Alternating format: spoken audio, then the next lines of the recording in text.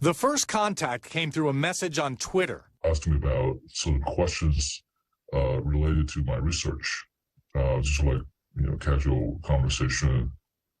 That's how it started. Soon, the woman's chats with the man we're calling John, a highly educated cancer researcher, turned to investing in cryptocurrencies. He asked us to disguise his identity. As a scientist, as a PhD, you're naturally curious, and especially when you talk about how much money you can make, I got sort of hooked. Urged on by his new friend, John began wiring money to a website that looked identical to a real-life online investing platform, and it seemed like he was making a fortune. But when he was unable to withdraw a large sum, he realized that something was wrong. At that point, how much had you invested? More than half a million, about $560,000. Wow. And what portion of your wealth did that represent? So everything I have. John was one of the latest victims in a sophisticated online scam known as pig butchering, which comes from a Chinese term for fattening a hog for slaughter. The gangs that carry out this scheme are largely based overseas, mainly in Southeast Asia.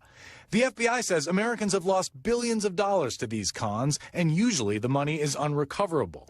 But tonight, the Justice Department is announcing the seizure of more than $100 million stolen in pig butchering scams, possibly including some of John's money.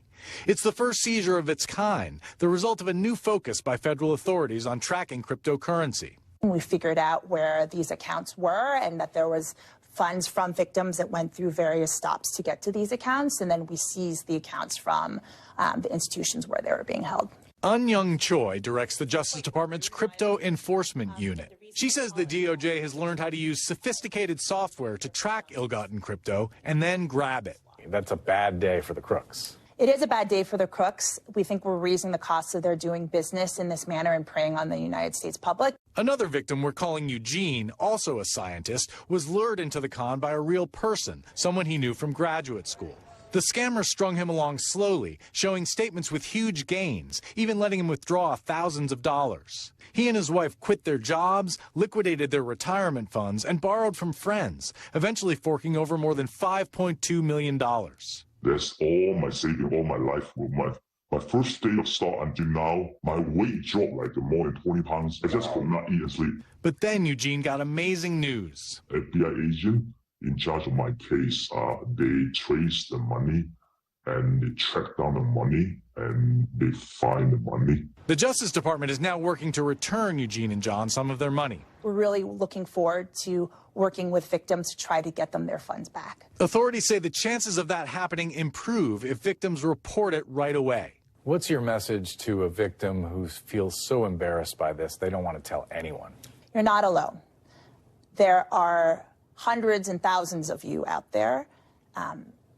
You might think, how could I have fallen victim to this? But we've seen it happen again and again. It's a reminder of the age-old truism. If an investment sounds too good to be true, it probably is. All right, Ken Dilanian joins us tonight from Washington. Ken, I have a couple questions for you. I want to start with this pig butchering process, that process where the scammers, quote, unquote, fatten up the victim by taking more of their money. Is this done over a long period of time? Yes, this is a long con, Tom. Typically, it begins with someone reaching out over social media, often an attractive potential romance partner. The new friend will slowly introduce the victim to what seems like an amazing investment opportunity in cryptocurrency. And usually the target starts small, and they're allowed to withdraw some of their earnings at first, and that convinces them that this investment is real and they should send more money. And often these victims are picked because they're at a vulnerable time in their lives, having gone through like a death or a divorce. And the scammers use fake websites made to look like real cryptocurrency platforms. The victims usually believe for months that they've made a fortune until the day they realize they can't get access to their money. And Ken, you know, in the report you mentioned these scams start overseas. Sometimes when that happens, right, there's a language barrier or a tell. Something is written in a strange manner. Usually it tells the person who's being scammed, wait a minute, this is strange. Is this more sophisticated? Are they getting the language part right, and then from there they're off to the races? It's a little of both, Tom. We're told that sometimes the pitches are crude because the scammers are using language translation programs, because some of the people making these pitches are themselves being forced to do it by an organized criminal gang. And that can be a tell. But sometimes the victims are immigrants whose first language is not English, as was the case with the two people we interviewed.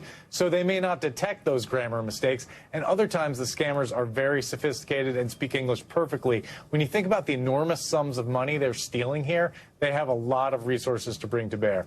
The bottom line here is that if you want to invest in crypto, you should not do it through someone you met online.